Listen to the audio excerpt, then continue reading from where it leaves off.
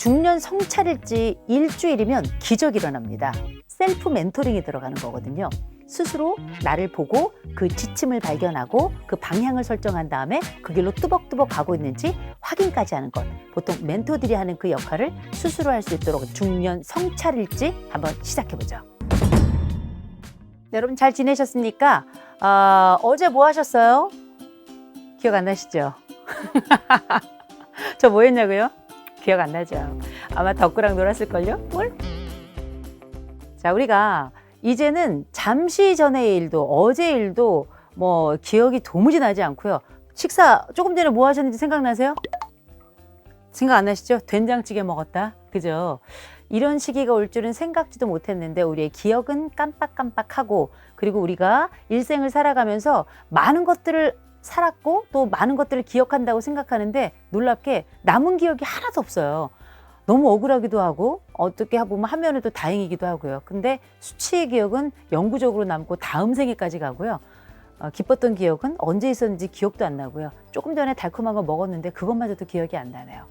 그런데 이제 중년이 됐다는 건, 나이가 든다는 건 뭘 의미하냐면 뭔가를 기억하지 못하더라도 좀 좋은 사람이 됐으면 좋겠다. 중년이 된다는 건 뭔가 좀 괜찮은 사람이 됐으면 좋겠다라는 생각이 드는데, 어떻게 괜찮은 사람이 될까요? 뭘 하면 조금은 나아진 사람이 될까요? 그래서 오늘 추천드립니다. 중년 성찰일지 한번 시작해보죠.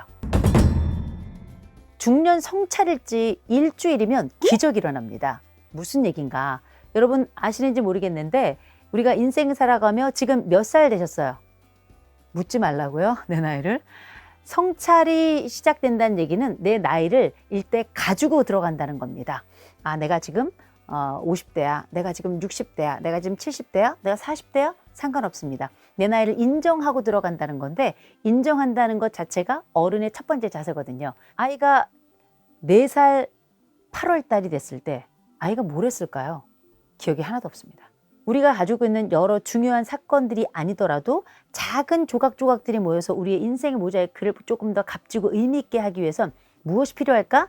지금부터 저는 성찰일지를 권합니다. 성찰일지는 말 그대로 성찰을 위한 일지예요. 의도가 된 거고요. 그리고 과정이 있습니다. 그 과정을 일주일만 한번 거쳐보면 여러분들은 내가 지금부터 2020년을 넘어서 2021년, 2022년 더 많은 시간이 지나도록 내 삶에 어떠한 새로운 선택을 내가 할 수 있는가, 내가 객관적인 시각을 갖는 게 어떤 것인지를 확인하게 될 겁니다. 그 과정 말씀드릴게요.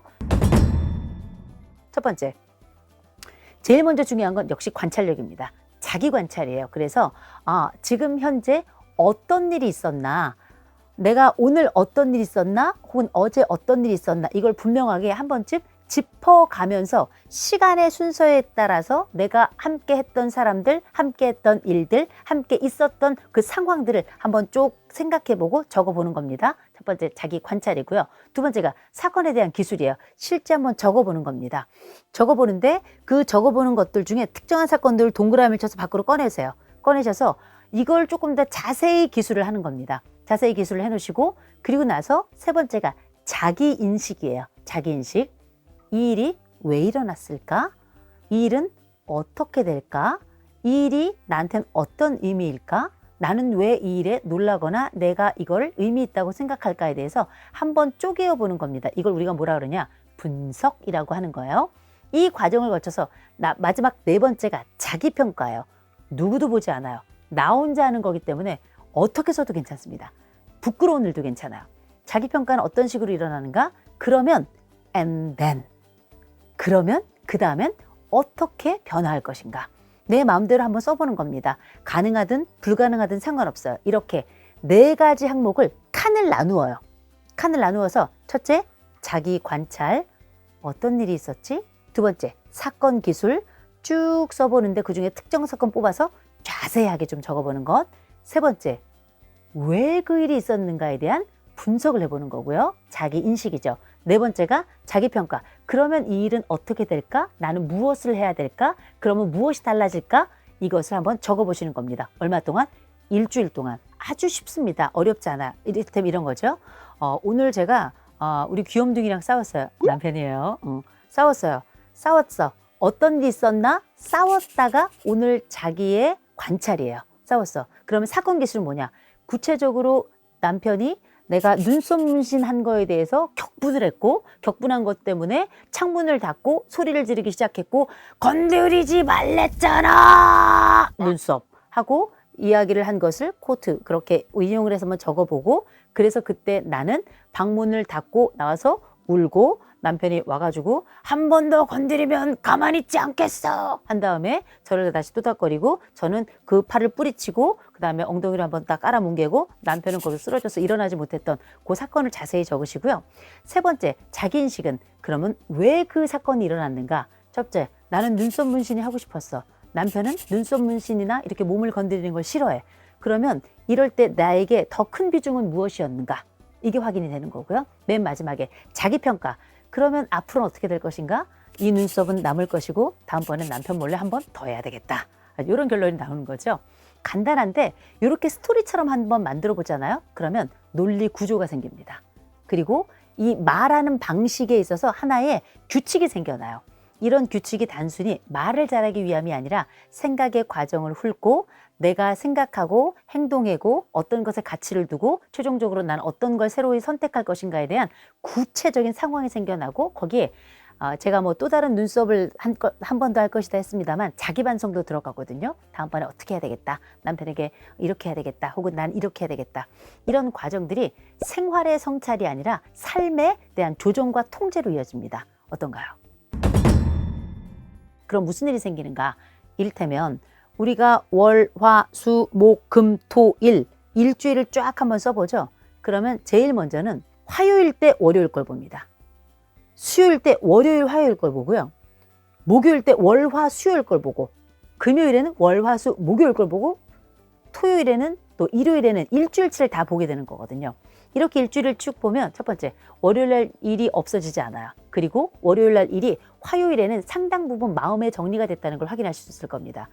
그러면 월요일, 화요일께 뭉쳐져서 무슨 일이 벌어지는가? 수요일의 행동을 바꾸게 돼요. 그걸 여러분들이 써놓은 일지를 통해서 확인하게 되고요. 목요일엔 무슨 일이 벌어지는가? 월, 화, 수요일에 있던 일에 대해서 훨씬 더 고난이도의 성찰이 일어나요. 왜?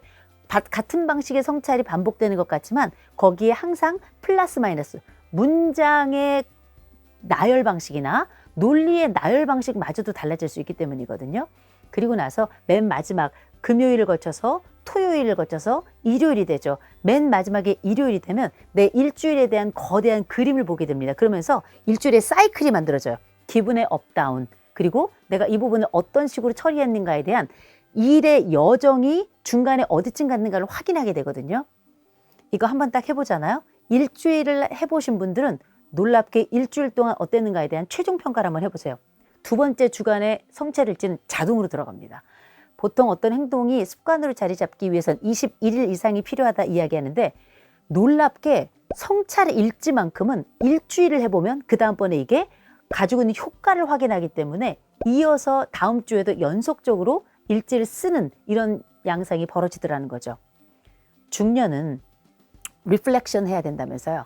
반영하고 성찰해야 된다면서요. 어떻게 하실래요? 생각하고 명상 다 좋아요. 그러나 내가 물리적으로 나를 정리하는 것, 물리적으로 나를 보여주는 것, 물리적으로 나를 확인하는 것, 그리고 그 절차에 의미를 부여해서 최종적으로 변화의 방식까지 내가 선택하는 것, 이런 과정을 반복하는 걸 우린 뭐라 그러냐? 멘토링이라고 부릅니다.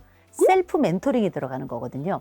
스스로 나를 보고 그 지침을 발견하고 그 방향을 설정한 다음에 그 길로 뚜벅뚜벅 가고 있는지 확인까지 하는 것. 보통 멘토들이 하는 그 역할을 스스로 할 수 있도록 내 글과 글씨와 연필과 볼펜과 종이와 그리고 우리가 가지고 있는 시작과 끝을 통해서 중년 성찰은 곧 자기 멘토링, 셀프 멘토링으로 이어진다는 걸 확인하셨으면 좋겠어요.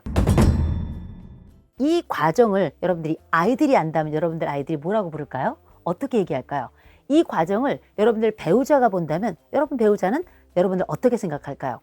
이 과정을 여러분 다음 세대가 본다면 여러분 다음 세대는, 그리고 그 다음 세대가 본다면 이건 뭐가 될까요? 이게 바로 역사가 됩니다.